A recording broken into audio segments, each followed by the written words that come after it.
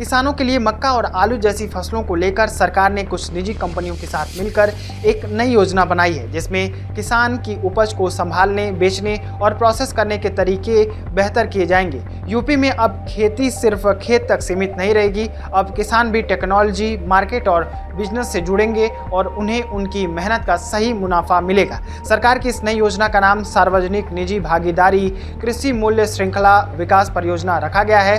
नाम थोड़ा भारी लग सकता है, लेकिन इसका मकसद है किसानों को खेती के बाद की हर जरूरी सुविधा देना, जिससे उन्हें उनकी फसल का सही दाम मिले और कोई नुकसान ना हो। इस योजना में सरकार सीधे किसानों के साथ नहीं, बल्कि उनके संगठन यानी एफपीओ, फार्मर प्रोड्यूस ऑर्गेनाइजेशन और प्राइवेट कंपनियों के साथ मिलकर काम करेगी।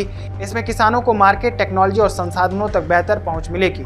योजना का खास फोकस मक्का और आलू, इन दो फसलों पर है। मक्का की खेती को बढ़ावा देने के लिए सरकार ने निंजा कार्ट नाम की एक एग्रीटेक कंपनी से समझौता किया है। यह कंपनी हर साल उत्तर प्रदेश के 5 जिलों से 10,000 से ज़्यादा किसानों से करीब 25,000 टन मक्का खरीदेगी। यह मक्का सीधे उनके फैक्ट्री में जाएगा जो एथेनॉल बनाती है। एथेनॉल यानी वैकल्पिक ईंधन, जो पेट्रोल, डीजल का विकल्प बन रहा है और पर्यावरण के लिए भी बेहतर माना जाता है। इस तरह से मक्का बेचने के लिए किसानों को बाजार की चिंता नहीं रहेगी और उनकी फसल की वेस्टेज भी नहीं होगी। दूसरी तरफ आलू की खेती के लिए प्रदेश सरकार ने एक विदेशी कंपनी एग्रिस्टो मासा से करार किया है। ये कंपनी आलू की उन्नत किस्मों की खेती करवाएगी, उनकी प्रोसेसिंग यानी प्रसंस्करण करेगी और फिर उसे विदेशों में एक्सपोर्ट भी करेगी। इससे किसानों को सिर्फ फसल बेचने का मौका नहीं मिलेगा, बल्कि आलू को चिप्स, फ्रेंच फ्राइज जैसी चीज़ों में बदलकर बेचने की ट्रेनिंग भी दी जाएगी।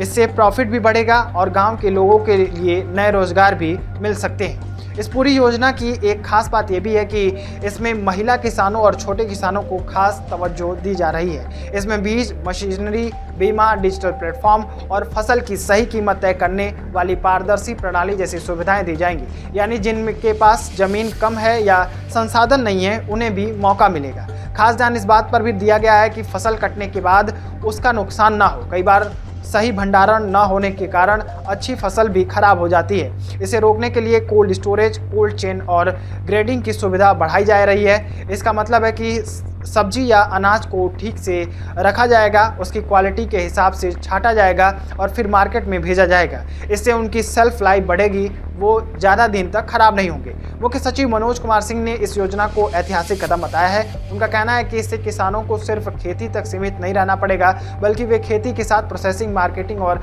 एक्सपर्ट्स तक जुड़ सकेंगे। इससे न सिर्फ उनकी आमदनी बढ़ेगी, बल्कि उत्तर प्रदेश की ग्रामीण अर्थव्यवस्था भी मजबूत होगी।